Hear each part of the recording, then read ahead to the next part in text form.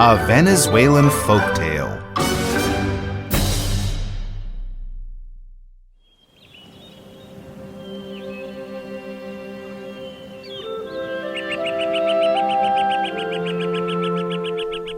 Once upon a time, there were only gray birds in Venezuela.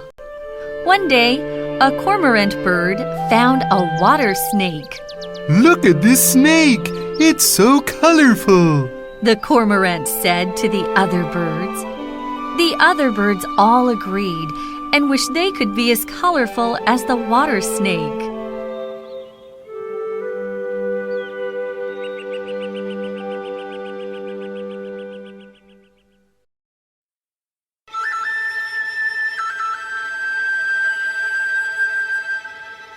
Let's take some of the water snake's colors, said the cormorant. All the birds flew over to the water snake. They started to pick a few colors. The toucan picked yellow for his chest and green for his beak. The hummingbird picked blue for her body. The parrot picked red for his body. The troupial picked orange for her body.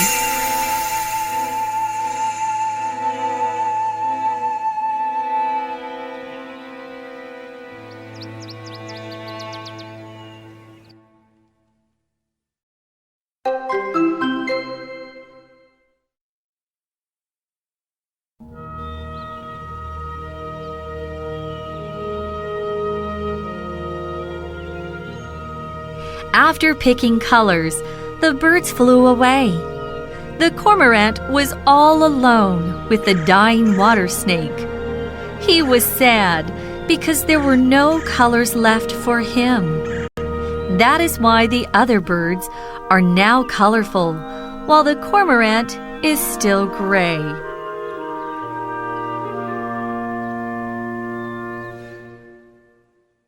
Flying elephants.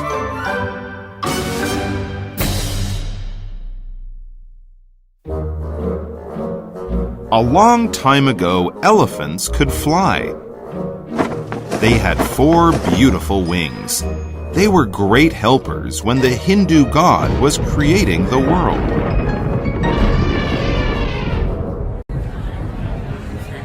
As humans started to live on the earth, the Hindu god's work was done. He didn't need to ride the flying elephants anymore.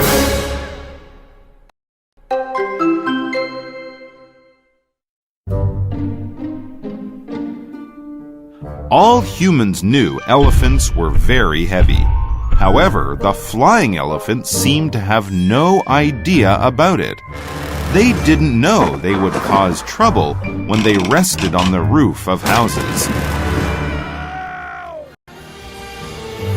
In order to stop the trouble, the Hindu god invited all flying elephants to a rich feast. They were happy because they had lots of delicious foods to eat. They were so full and felt sleepy.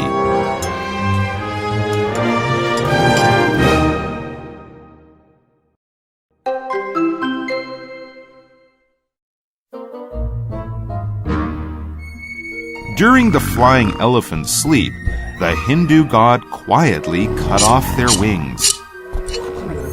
2 of their wings were given to the peacock. That's how the peacock got its beautiful tail. The other 2 wings were stuck on the banana tree. That's why its leaves are so big now. Elephants were upset after they woke up and found they lost their wings. They waddled over toward the forests and hid there forever.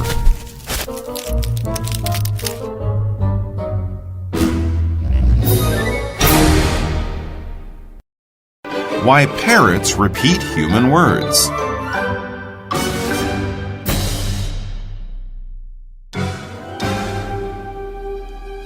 A long time ago, the lorikeet lived with people and learned how to talk.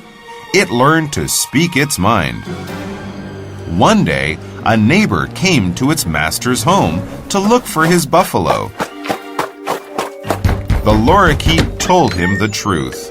My master killed the buffalo and hid the meat in his barn. The master didn't admit it. Yes, there's buffalo meat in my barn, said the master, but it's not from yours. Let's meet the judge tomorrow and find out the truth, said the neighbor. That night, the master placed the bird in a dark cave. He kept sprinkling water on the bird while beating a drum.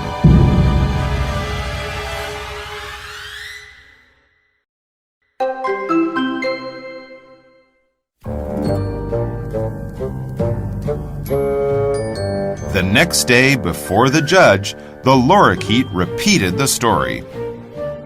My master killed the buffalo and hid the meat in his barn.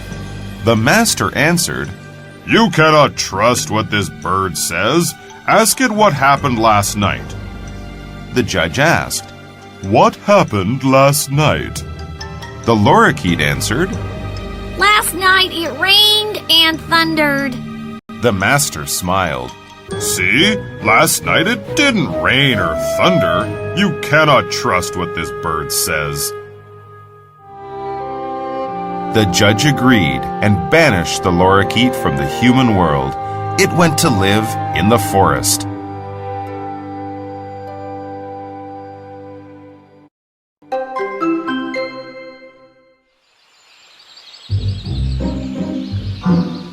Many years later, the lorikeet met a new parrot. Take my advice, said the lorikeet. You cannot trust what humans say. Don't try to talk with them. Just repeat what they say. The parrot took the lorikeet's advice. It started to live in the human world, but it never speaks its mind. It only repeats what humans say.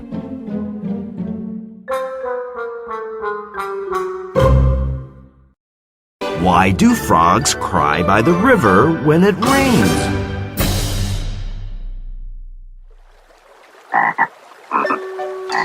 Two little frogs lived with their mother frog. They liked to eat, sleep, and talk, but they didn't like to obey their mother. When the mother frog said, Don't eat so much, the little frogs answered, We like to eat, and just kept on eating. When the mother frog said, Don't talk so much, the little frogs answered, We like to talk, and just kept on talking. When the mother frog said, Don't sleep so much, the little frogs answered, We like to sleep, and just kept on sleeping.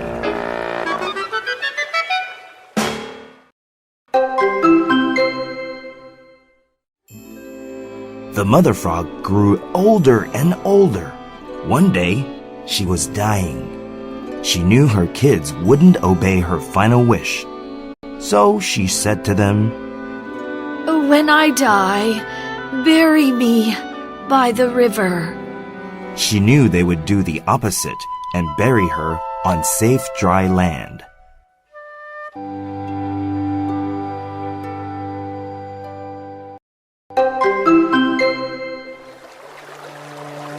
When the mother frog died, the little frogs felt bad about disobeying her. So they obeyed her final wish. They buried her by the river. Now every time it rains, the little frogs worry that their mother will be washed away. That is why frogs cry by the river when it rains.